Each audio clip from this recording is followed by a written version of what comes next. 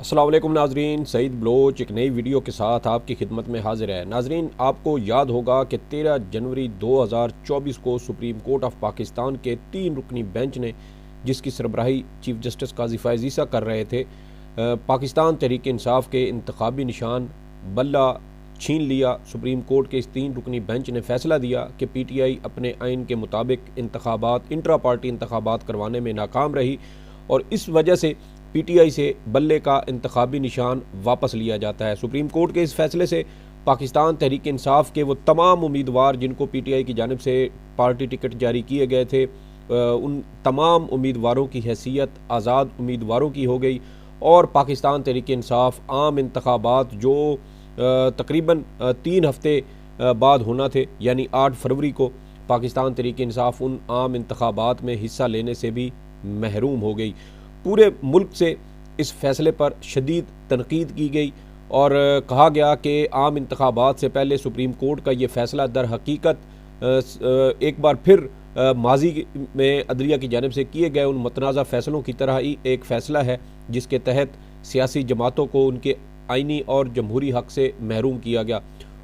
अब इसके जो वकला थे उनकी जानिब से भी तनकीद की गई, सिविल सोसाइटी की जानिब से, आवाम की जानिब से, पाकिस्तान तहरीक इंसाफ की जानिब से भी कहा गया कि ये फ़ैसला जो है ये PTI के साथ एक ज़्यादती की तरह है कि PTI को आम इंतखाबात से पहले आम इंतखाबात से बाहर कर दिया गया और यकीनी तौर पर लोगों की जानिब से मुख्तलिफ मवाज़ने भी किए गए। कुछ लोगों ने कहा कि सुप्रीम कोर्ट का ये फ़ैसला, जिसमें सिर्फ 14 मशकूक लोग जिनके बारे में अभी फैक्चुअल डिस्प्यूट का सही तरीके से उसकी इंक्वायरी नहीं हो सकी, सुप्रीम कोर्ट ने उन 14 लोगों की बुनियाद पर PTI के उन 8,37,600 से ज़ायद रजिस्टर्ड मेंबरान के हकूक़ को नज़रअंदाज किया और मुल्क की सबसे बड़ी सियासी जमात के उन करोड़ों वोटर्स को भी आम इंतखाबात में वोट डालने के हक़ से महरूम किया।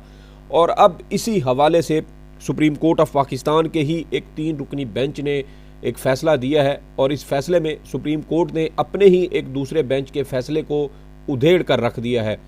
ये जो फ़ैसला अब सुप्रीम कोर्ट ऑफ पाकिस्तान की जानिब से जारी किया गया है, इसमें सुप्रीम कोर्ट ने आर्टिकल 17 की भी बड़ी अच्छी तशरीह की है। बहुत खूबसूरत फ़ैसला है ये फ़ैसला। सुप्रीम कोर्ट के जस्टिस मंसूर अली शाह, जो चीफ़ जस्टिस काजी फ़ाइज़ ईसा के बाद अगले चीफ़ जस्टिस पाकिस्तान भी बनेंगे और 3 साल से भी ज़ायद अरसे तक वो चीफ़ जस्टिस पाकिस्तान के ओहदे पर रहेंगे, उन्होंने ये फ़ैसला तहरीर किया है। इस केस की समाअत करने वाले बेंच में जस्टिस जमाल मंदोखेल और जस्टिस अतर मिनल्ला भी शामिल थे। इस फैसले को अगर आप पढ़ें तो इससे वाज़े तौर पर यह अंदाज़ा होता है कि ये मुस्तकबिल के चीफ़ जस्टिस मंसूर अली शाह मुल्क के मौजूदा चीफ़ जस्टिस काजी फ़ाइज़ ईसा के फ़ैसलों का बोझ उठाने को हरगिज़ तैयार नहीं है। अगरचे जस्टिस मंसूर अली शाह को चीफ़ जस्टिस काजी फ़ाइज़ ईसा का ही हम ख्याल समझा जाता है, बल्कि तीनों जज साहबान जस्टिस जमाल मंदोखेल और जस्टिस अतर मिनल्ला भी उन्हीं के करीब समझे जाते हैं। लेकिन उसके बावजूद इन तीनों जज साहबान की जानिब से जिस तरह का ये फ़ैसला दिया गया है वो यकीनी तौर पर पाकिस्तान की सियासी और जमहूरी तारीख़ में सुनहरी हरूफ में लिखा जाएगा। इस 3 रुकनी बेंच ने आर्टिकल 17 की तशरीह की है और वोट के जो हक़ है उसकी भरपूर तरीके से उसकी जो है वो सताइश भी की और उसके हक़ में ये फ़ैसला दिया है।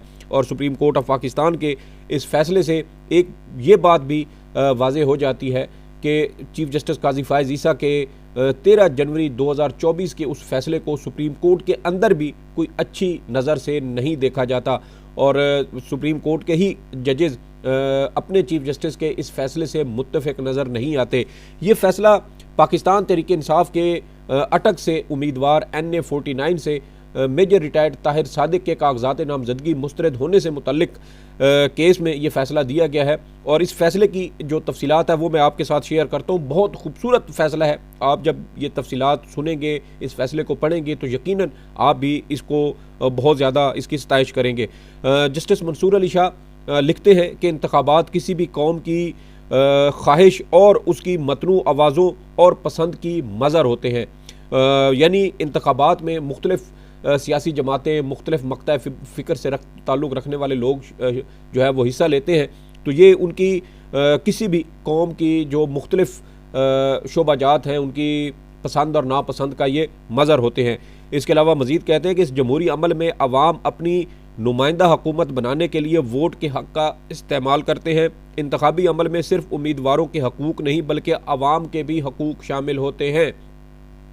अब ये देखें कि आहिस्ता आहिस्ता जस्टिस मंसूर अली शाह इस चीज़ को रिलेट कर रहे हैं। फैसले के अंदर जस्टिस मंसूर अली शाह ने बल्ले के इंतखाबी निशान से मुतल्लिक वाज़े तौर पर लिखा तो कुछ नहीं है, लेकिन इस फैसले को अगर पढ़ें, इसको समझें, तो साफ नज़र आता है कि जस्टिस मंसूर अली शाह किसी भी सियासी जमात या उम्मीदवार को आम इंतखाबात से महरूम करने के हक़ में नज़र नहीं आते। और न सिर्फ जस्टिस मंसूर अली शाह बल्कि पूरा बेंच, जिसमें जस्टिस जमाल मंदोखेल और जस्टिस अतर मिनल्ला भी शामिल हैं, क्योंकि ये फैसला मुतफ़िक़ा तौर पर जारी किया गया है। और जिस दिन ये केस की समाअत हो रही थी गुज़श्ता हफ्ते, उस वक्त भी हमने वाज़े तौर पर यह कहा था कि जस्टिस मंसूर अली शाह और जस्टिस अतर मिनल्ला की जानिब से जिस तरह की ऑब्जर्वेशंस दी गई हैं, दर हकीकत उन्होंने उस केस में ही जो बल्ले के इंतखाबी निशान छीनने वाला फ़ैसला था उसको उधेड़ कर रख दिया था। आगे मज़ीद सुप्रीम कोर्ट अपने फ़ैसले में कहती है कि जमहूरियत और बुनियादी हकूक़ के मुहाफ़िज़ होने के नाते अदालतों को इलेक्शन मामलात को एहतियात से देखना चाहिए। अदालतों को इस बात को यकीनी बनाना चाहिए कि उनकी मदाखलत जमहूरी इक़्तिदार की मजबूती के लिए हो, जिन असूलों पर कौमें परवान चढ़ती हैं और शहरी अपने बुनियादी हक़ का इस्तेमाल करके इलेक्शन लड़ते हैं और अपने नुमाइंदे वोट के ज़रिए मुंतखब करते हैं। अपनी पसंद के उम्मीदवार को आज़ादी से वोट देने का हक़ जमहूरी मुआशरे की रूह है। इस पर किसी भी किस्म की पाबंदी मुंतखब हुकूमत के दिल पर हमला करने के मुतरादिफ है। आप सब देखें कि किसी एक वोटर को भी उसके जमहूरी हक़ से महरूम करने को मुंतखब हुकूमत के दिल पर हमला करने के जो है वो मुतरादिफ करार दिया गया है। और यहाँ चीफ जस्टिस काजी फ़ायज़ ईसा की सरबराही में 3 रुकनी बेंच ने एक पूरी जमात, सबसे बड़ी सियासी जमात को ही आम इंतखाबात से बाहर कर दिया। सुप्रीम कोर्ट चाहती तो उसके ऊपर चंद लाख रुपए या चंद हज़ार रुपए जो भी कानून के तहत जुर्माना बनता था वो जुर्माना आयद करके आम इंतखाबात में शिरकत करने की इजाज़त दे सकती थी। और उसके बाद आम इंतखाबात के बाद PTI के बल्ले के इंतखाबी निशान का मामला दोबारा से टेकअप किया जा सकता था, लेकिन सुप्रीम कोर्ट ने इस तरह का फ़ैसला देने से गुरेज किया और एक ऐसा फ़ैसला किया जिसको पूरे पाकिस्तान में अच्छी नज़र से नहीं देखा गया। सुप्रीम कोर्ट अपने फ़ैसले में आगे मज़ीद कहती है कि जमहूरियत के काम करने का इन्हिसार इस पर है कि अवाम मुंतखब हुकूमत के बारे में फ़ैसला करने का इख्तियार रखते हैं। अवाम के इंतखाब पर समझौता नहीं किया जा सकता। अवाम का मैंडेट हुकूमत की तकदीर बदल सकते हैं। मतलब कि आप देखें कि फ़र्ज़ करें कि पाकिस्तान तहरीक इंसाफ जैसे मुल्क की सबसे बड़ी जमहूरी जमात थी और सियासी जमात थी, और ये अगर इंतखाबात में जाती तो यकीनी तौर पर हुकूमत पाकिस्तान तहरीक इंसाफ की बनती हुई नज़र आ रही थी, लेकिन PTI को इससे बाहर कर दिया गया। आम जो PTI के उम्मीदवार हैं वो आज़ाद हैसियत में इलेक्शन लड़ेंगे। और अभी देखें कि बिलावल के बयानात को भी अगर आप गौर से पढ़ें, देखें, समझें तो उससे भी नज़र आता है कि दीगर सियासी जमातें इन आज़ाद उम्मीदवारों पर को अपनी जमातों में शामिल करने के हवाले से धौंस धमकी और दीगर तमाम हरबे भी इस्तेमाल कर सकती हैं। तो यही बात सुप्रीम कोर्ट का ये 3 रुकनी बेंच कह रहा है कि अवाम के इंतखाब पर समझौता नहीं किया जा सकता। अवाम का मैंडेट हुकूमत की तकदीर बदल देते हैं, यानी कि अवाम को आपने वोट के हक़ से महरूम किया और अगर PTI की जगह किसी और सियासी जमात की हुकूमत आ जाती है तो फिर ये जो है जमहूरी तौर पर भी ये एक तरह से ये गलत इकदाम होगा, क्योंकि आपने एक सियासी जमात को इलेक्शन से बाहर करके अवाम की जो मुमकिन मुंतखब हुकूमत थी आपने उसको ख़त्म करने में एक तरह से किरदार अदा किया। सुप्रीम कोर्ट मज़ीद कहती है कि अवाम इंतखाबी अमल और वोट के ज़रिए जमहूरियत में हिस्सा लेते हैं। वोट के ज़रिए शहरी मुल्क की अवामी मामलात में वोट के ज़रिए जो शहरी है यानी अवाम है वो मुल्क के अवामी मामलात में, पब्लिक अफेयर्स में हिस्सा लेते हैं, उसमें पार्टिसिपेट करते हैं। इस तरह अवाम वोट देकर अपनी पसंद की हुकूमत की तश्कील का इंतखाब करने के अपने हक़ से लुत्फ़अंदोज़ होते हैं।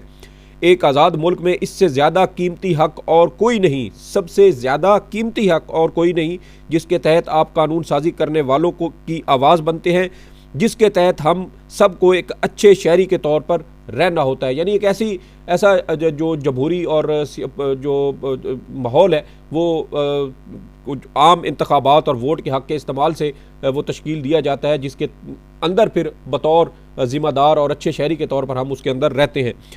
मज़ीद सुप्रीम कोर्ट कहती है कि अगर वोट का हक़ मजरूह हो रहा हो तो दीगर तमाम हकूक़ वहम के सिवा कुछ नहीं है। यानी वोट का हक़ तमाम बुनियादी हकूक़ से बालातर सुप्रीम कोर्ट ऑफ पाकिस्तान ने करार दिया है कि अगर वोट का हक़ नहीं है अपनी पसंद का कि अपनी पसंद के उम्मीदवार को वोट देने का हक अगर मजरू हो रहा है तो फिर दीगर जितने भी हकूक़ हैं वो सिर्फ वहम है, उनकी कोई अहमियत नहीं है।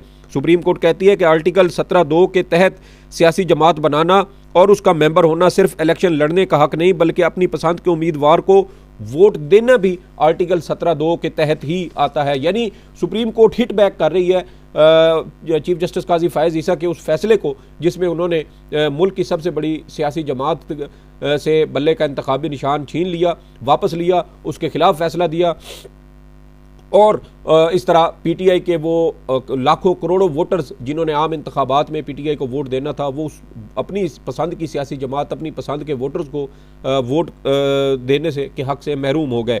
सुप्रीम कोर्ट मजीद कहती है कि अगर आर्टिकल 17(2) के सियासी इंसाफ की आइनी अहमियत का पस मंज़र देखा जाए तो आर्टिकल 17(2) खोखला है अगर शहरियों को अपनी पसंद के नुमाइंदों का आज़ादाना और मुनसिफाना इंतखाब का हक़ नहीं दिया जाता। यानी अगर शहरियों को अपने पसंद की जो नुमाइंदे हैं उनका इंतखाब करने में आज़ादाना और मुनसिफाना उनका हक़ नहीं दिया जाता तो फिर आर्टिकल 17(2) सिर्फ एक खोखला उसको आप आइनी शिक कह सकते हैं। सुप्रीम कोर्ट कहती है कि शहरियों का इंतखाबात में बतौर वोटर्स हिस्सा लेना जमहूरी हुकूमत की बुनियाद है। वोट के हक़ का इस्तेमाल शहरियों के पसंद का इजहार है जिसको आर्टिकल 19 से भी हिमायत हासिल है। यानी सुप्रीम कोर्ट यहाँ वोट के बुनियादी हक़ को राइट ऑफ एक्सप्रेशन के तहत भी जो है वो जो फ्रीडम ऑफ एक्सप्रेशन है उसके साथ भी रिलेट कर रही है और कह रही है कि आर्टिकल 17 और आर्टिकल 19 दर हकीकत ये दोनों एक दूसरे से मुंसलिक हैं, एक दूसरे से जुड़े हुए हैं और वोट का जो हक़ है ये इस्तेमाल करना दर हकीकत एक शहरी अपने राय का इजहार कर रहा होता है और इसलिए आर्टिकल 17 आर्टिकल 19 के साथ भी जो है वो हमें जुड़ता हुआ नज़र आता है। सुप्रीम कोर्ट मजीद कहती है कि अपने बुनियादी हकूक़ का इस्तेमाल करके शहरी अपनी तकदीर का फ़ैसला अपनी पसंद की हुकूमत बना कर करते हैं। उम्मीदवार का इलेक्शन लड़ना और वोटर का वोट देना उम्मीदवार की अहलियत और नाअहलियत भी बन जाती है। यानी अगर आवाम किसी उम्मीदवार को वोट देती है तो वो उसको अहल कंसीडर किया जाता है और जिसको आवाम वोट नहीं देती तो ऐसे समझे कि वो डिस्क्वालीफाई हो गया, आवाम ने उसको मुस्तरद कर दिया, रिजेक्ट कर दिया। सुप्रीम कोर्ट ने मजीद कहा कि उम्मीदवारों की अहलियत और नहली का तयन करने का मकसद इलेक्शन लड़ने वाले उम्मीदवारों की दयानतदारी और इंतखाबी अमल की अफादियत बरकरार रखना है। ये इस बात को यकीनी बनाने के लिए है कि अवामी ओहदा रखने वाले कुछ म्यारात पर पूरा उतरते हैं। एक मजबूत जमहूरी मुआशरे में अहलियत और नहली का म्यार वाज़े तौर पर दर्ज होना चाहिए जिसके बारे में अवाम को आगाही भी हो और उसका यकसा इतलाक भी होता हो।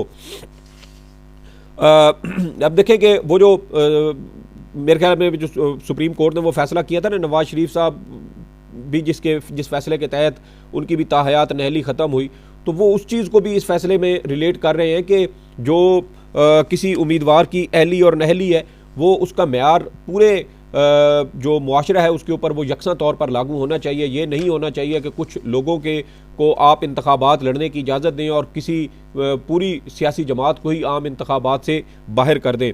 सुप्रीम कोर्ट ने मजीद लिखा कि अहलियत और नहली का आइन में वाज़े तौर पर लिखा जाना चाहिए। इंतखाबी कवानीन हक़ रायदही के हक़ में बनाए जाने चाहिए या उनकी हक़ में उनकी तशरीह होनी चाहिए ताकि वोटर्स के पास अपने मुस्तकबिल की क़यादत के इंतखाब के लिए ज़्यादा से ज़्यादा चॉइस हो।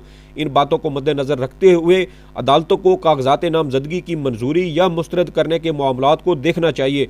आगे फिर वो जो मेजर रिटायर्ड ताहिर सादिक वाला केस है उसकी तफसीलात आती हैं और सुप्रीम कोर्ट कहती है कि 30 दिसंबर को रिटर्निंग अफीसर ने कागजात नामजदगी मुस्तरद किए। उम्मीदवार इश्तिहारी मुजरिम है। 6 जनवरी को इलेक्शन ट्रिब्यूनल ने कागजात नामजदगी मंजूर कर लिए। दरख्वास्त गुजार ने हाई कोर्ट में ये जो कागजात नामजदगी का मामला था ये चैलेंज किया। दौरान समाअत इलेक्शन कमीशन का वकील उम्मीदवार के इश्तिहारी होने से मुतल्लिक कोई आर्डर दिखाने में नाकाम रहा। अदालत ने जब शिकायत कुनंदा या एतराज़ कुनंदा को तलब किया तो उसने कहा कि इश्तिहारी होने के बारे में उसको उसके दोस्तों ने बताया था, उसके पास कोई दस्तावेजी सबूत नहीं है। सुप्रीम कोर्ट ने कहा कि रिकॉर्ड पर ऐसा कुछ नहीं कि उम्मीदवार एक इश्तिहारी मुजरिम है। समाअत के बगैर किसी को इश्तिहारी मुजरिम करार नहीं दिया जा सकता। क्रिमिनल प्रोसीजर कोड के सेक्शन 87 के तहत सुप्रीम कोर्ट ने कहा है कि बगैर प्रोसीडिंग, जब कार्रवाई ही ना हुई हो, प्रोसीडिंग्स ही ना हुई हो, केस ही ना चला हो तो फिर किसी को इश्तिहारी मुजरिम करार नहीं दिया जा सकता। किसी इश्तिहारी का सिर्फ उसी केस की हद तक ताल्लुक होता है, उसका दीगर केसेस के साथ भी कोई लेना देना नहीं है। सुप्रीम कोर्ट मजीद कहती है कि इलेक्शन एक्ट के सेक्शन 231 और 232 और आइन के आर्टिकल 62 और 63 में इश्तिहारी मुजरिम के इलेक्शन न लड़ने पर कोई पाबंदी नहीं है। इलेक्शन कमीशन इस बात को यकीनी बनाए कि उम्मीदवार आम इंतखाबात में हिस्सा ले सके।